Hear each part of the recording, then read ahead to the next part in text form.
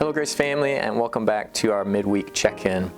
For this week, and for our verse for this week, I'm actually just going to read our main verse from this last Sunday, but I want to do something a little bit different with it. I feel like there's a couple of areas that we didn't really get to dive into, and so I wanted to use this opportunity to do that, just kind of have some thoughts and give you some things to think through and be encouraged by too. So I'm going to open up to John chapter 8 and read verse 12 again. Again, this was our main verse from last Sunday. But it says again, Jesus spoke to them saying, I am the light of the world. Whoever follows me will not walk in darkness, but will have the light of life.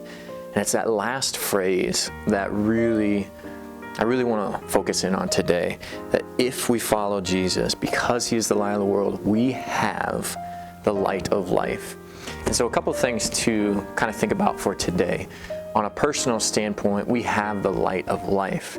That means every single thing that we feel in this world, that is that darkness that we talked about, whether it's our sin, whether it's someone else's sin, whether it's just the evil in this world that seems to be becoming more and more acceptable and happening more and more often, whatever way we feel that darkness, since we have the light of life, we can take it to Jesus and bring it into the light and just watch what he does with that. One way to kind of illustrate that, when I was a youth pastor here, what we did for youth mission trips, we would kind of prep the team and try to do some team building and exercises that way. But one exercise we would do is we would do some team building, and whether they would fail or whether they would succeed, we would tell them to run to the cross.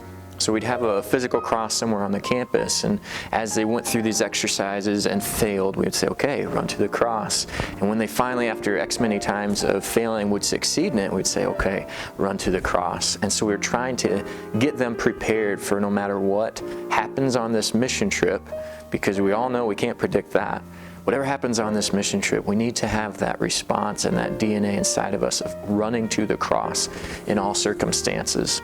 And so I kind of thought about that in our own lives, and with this phrase that we have the light of life, if we could just live that mentality of running to the cross and bringing every moment, every feeling, every sin, everything of darkness, and creating that habit of running to the cross and bringing it into the light because we have the light of life. So that's one perspective to view it. The second way I want to view it today is I believe this is the only I am statement that Jesus actually places on us. We see here, he says, I am the light of the world. But in Matthew 5, in the Sermon on the Mount, he says, you are the light of the world. And that just blows my mind. But that phrase that we looked at today, you have the light of life. And if we compare that with what Jesus says, that you are the light of the world, I kind of view it like we have the ability, because we have Jesus, the light of life in us, to then go and be the light of the world to others. And if you just picture kind of a super hot summer day, I feel like it would be similar to us just holding a mirror and finding the right angle where the sun hits that mirror and just goes on other people, where we in and of ourselves are absolutely not the source of light, but we have the light of life, as John 8:12 says, so that we can then be the light of the world, as Jesus says in Matthew chapter 5. And that just is something so incredible, that we have him, the all-surpassing light, in us. We get to have him. And so that affects us personally, as we can bring every moment of darkness to him. We constantly run to the cross dozens of times every day, but we are also the light of the world because we have the light of life, and we can be kind of that reflection to those around us.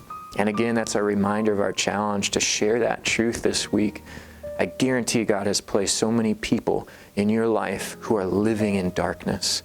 Share the hope that they too can have the light of life, and share that from your own experience, how you bring your darkness to the light, and share it by being the light of the world yourself, him in and through you to those around you living in darkness that need to hear the truth that Jesus truly is the light of the world. So a couple things to think about and really live out. I will definitely be praying that over you this week. One quick preview. So we are moving ahead into John chapter 12. And there's actually a section of Scripture, I think it's verses 1 through 18, there's 2 more I am statements. Jesus says, I am the door and I am the good shepherd. And depending on how this week goes and my studies go, we might do one or we might try to be really optimistic and try to tackle both of them since they are in the same context. But we'll see how that goes. But read through that, John chapter 10, verses 1 through 18 or 1 through 16, and get both of those I am statements and see what God stirs up in you and how He continues to reveal Himself to you. So have a fantastic rest of your week. Thanks for spending a few minutes with me here today, and we'll see you Sunday at 9 a.m.